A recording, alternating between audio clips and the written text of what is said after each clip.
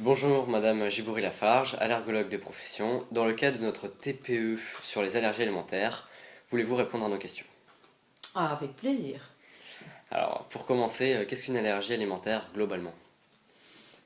Une allergie alimentaire, c'est une réaction de l'organisme d'une personne, enfant ou adulte, lors de la prise d'un aliment. Donc en fait, ça peut être une réaction qui s'exprime de façon différente, mais quand on parle d'allergie, il y a forcément un mécanisme d'immunologie qui rentre en compte. Donc c'est une réaction liée à un conflit entre les anticorps contre un aliment qu'a développé une personne. C'est une réaction qui normalement ne doit pas se produire, puisqu'on doit normalement être tolérant par rapport à tout ce qu'on mange tous les jours. Mais pour des raisons diverses, certaines personnes deviennent allergiques, ou des petits bébés ou plus grands adultes. Et donc c'est lié à une réaction immunologique entre l'allergène qui est apporté par l'aliment et les anticorps de la personne qui réagit. D'accord. Voilà ce qui est une allergie. On parle bien d'allergie et pas d'intolérance, c'est pas pareil. Justement, quelles sont les différences entre allergie alimentaire et intolérance? Une intolérance, ça va plus être une réaction qui est basée sur un processus qu'on appelle pharmacologique ou enzymatique, c'est-à-dire que par exemple, il y a des gens qui sont intolérants au lactose. Le lactose, c'est le sucre du lait, et c'est lié à un déficit d'une enzyme chez la personne qui est intolérante. Une intolérance ne va jamais donner de réaction grave. Une allergie peut donner une réaction grave, mais une intolérance jamais.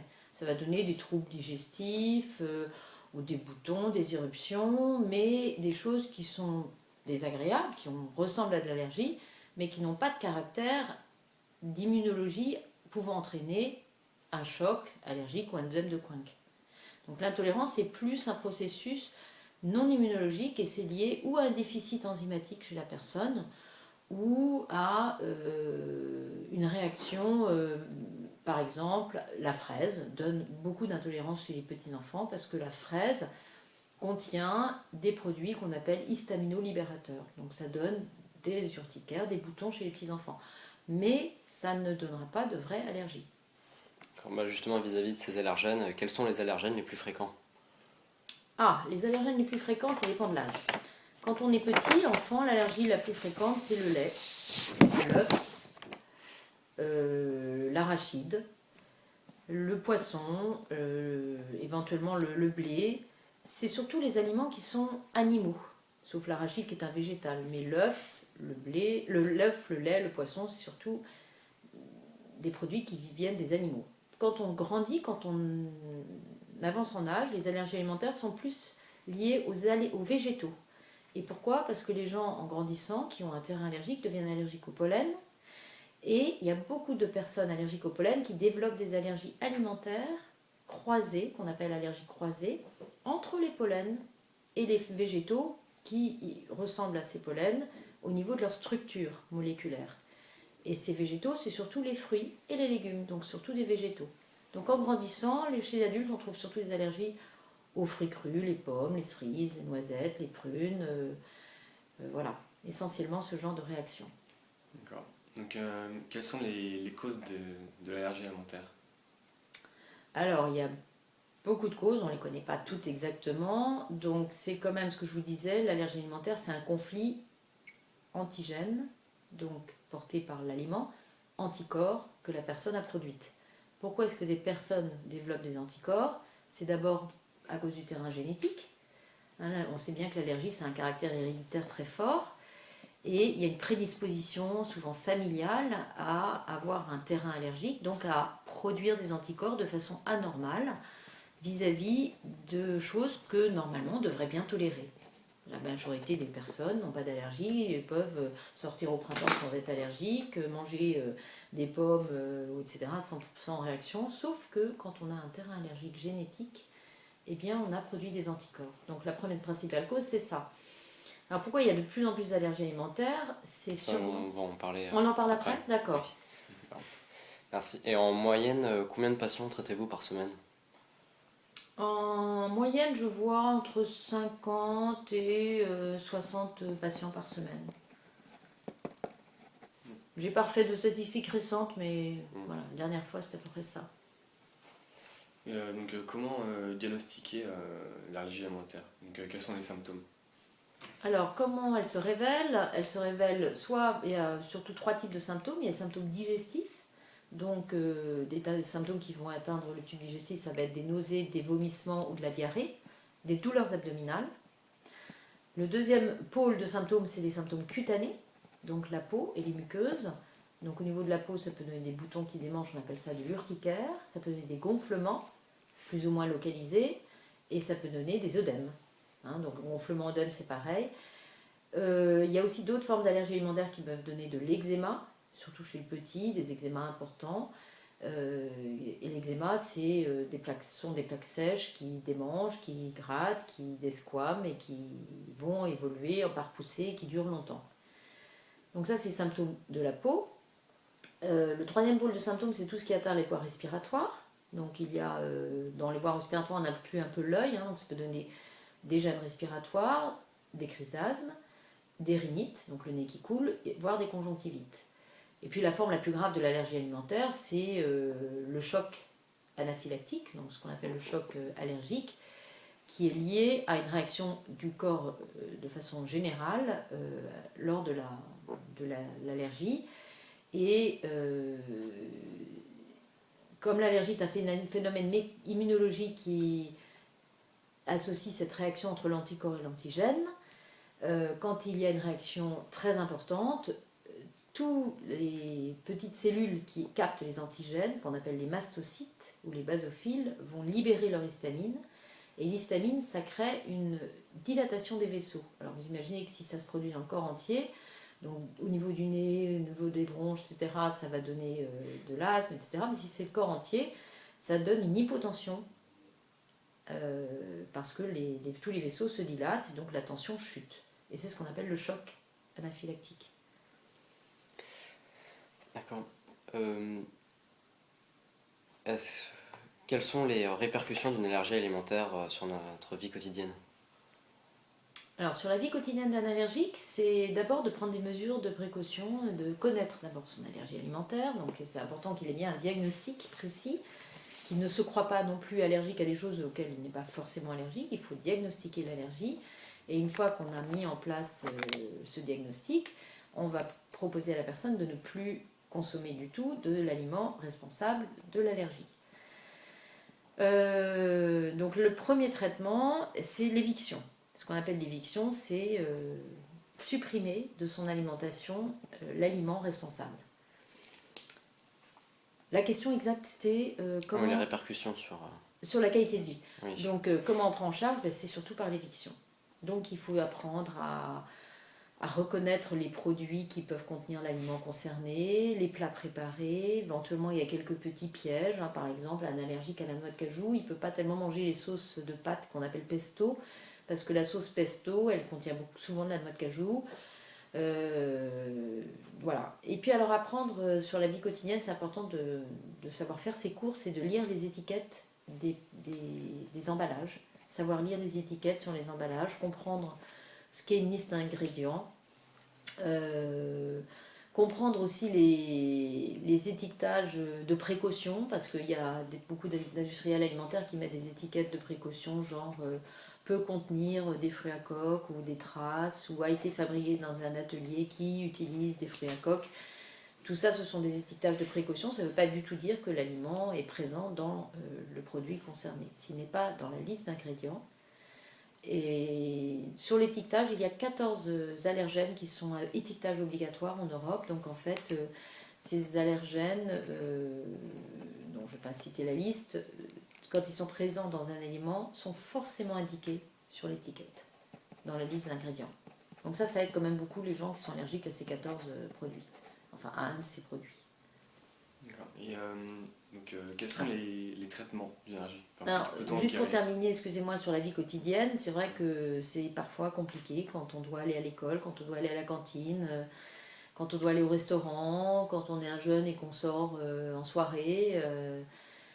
Mais je pense que quand on connaît bien son allergie, quand on connaît bien les produits, quand on sait bien utiliser, et c'est indispensable d'avoir une trousse de secours et connaître les médicaments qui sont dedans, quand on sait l'utiliser, cette information éclairée, ce qu'on appelle cette éducation thérapeutique, elle permet d'avoir une vie qui se passe bien, qui devrait être facile, et la prise en charge est beaucoup plus facile quand on est bien informé et bien éduqué.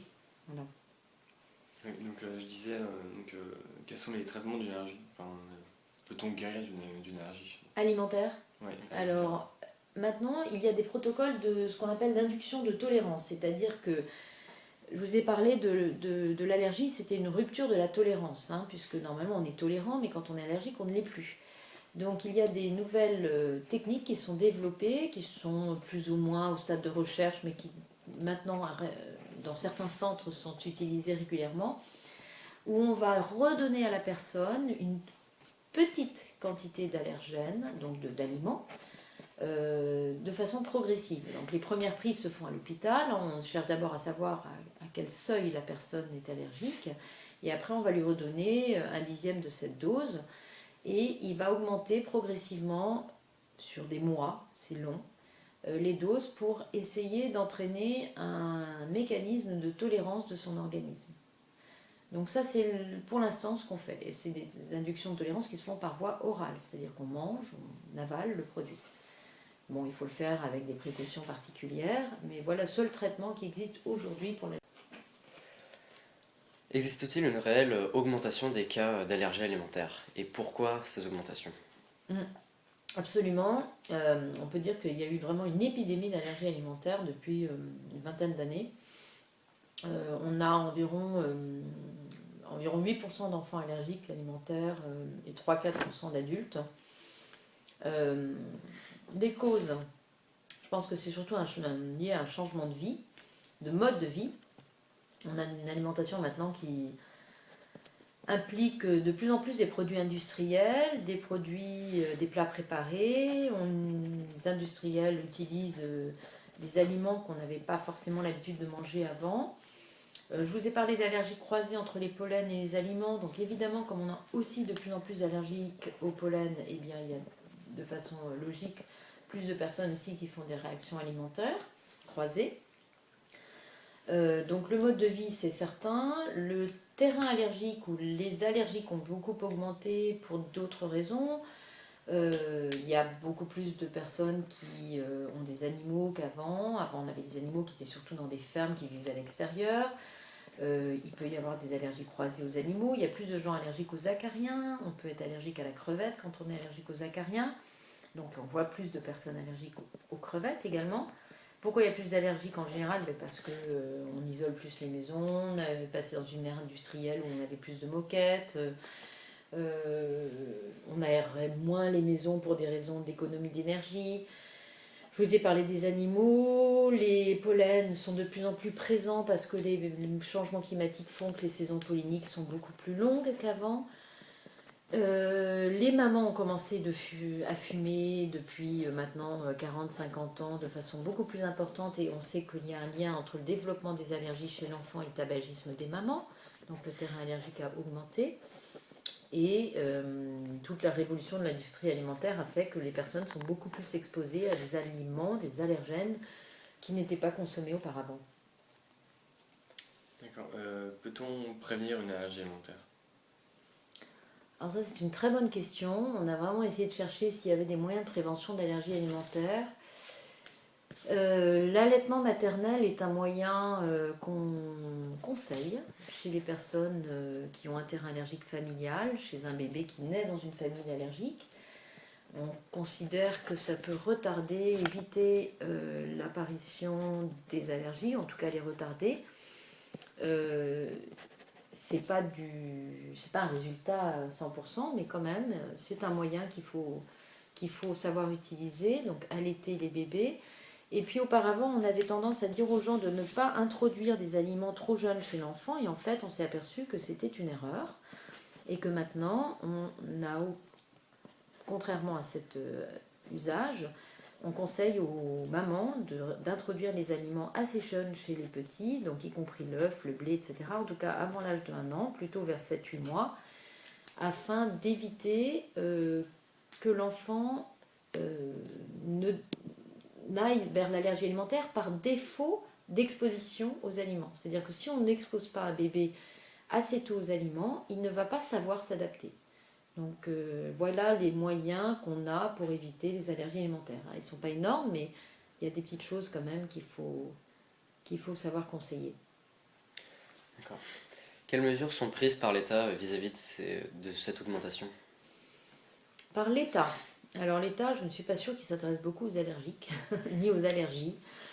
Je dirais que c'est plus les réseaux d'allergovigilance qu'on a, qui sont très performants dans notre pays. Il y a un réseau important d'allergologues qui fait des déclarations de toutes les allergies alimentaires graves qu'il vu dans les centres de santé ou les cabinets médicaux, qui va après pouvoir appuyer auprès des industriels alimentaires pour demander des étiquetages obligatoires,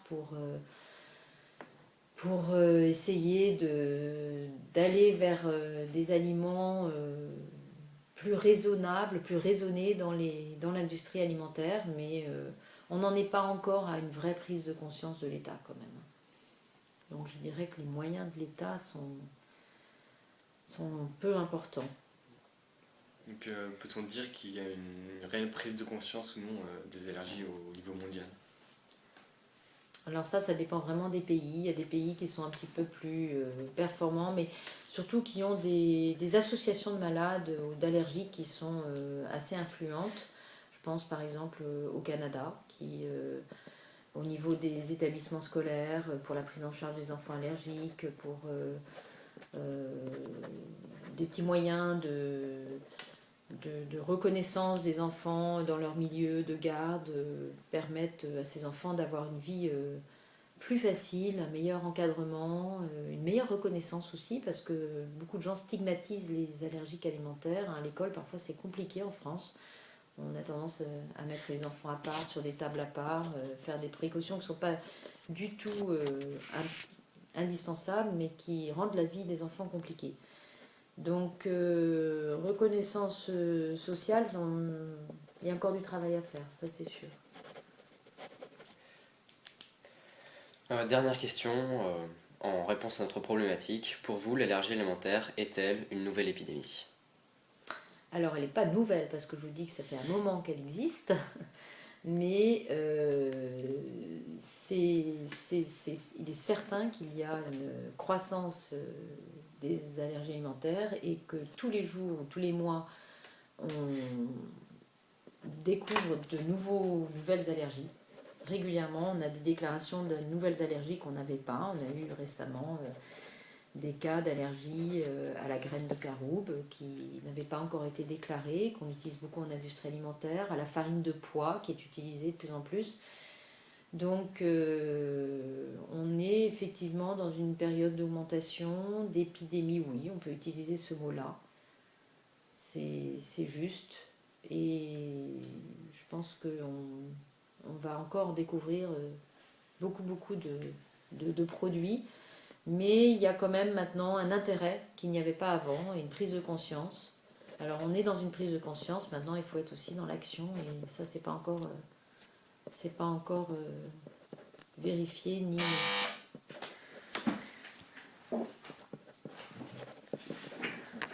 Donc dans l'action par rapport aux allergies alimentaires, il y a encore beaucoup de travail à faire, ça c'est sûr.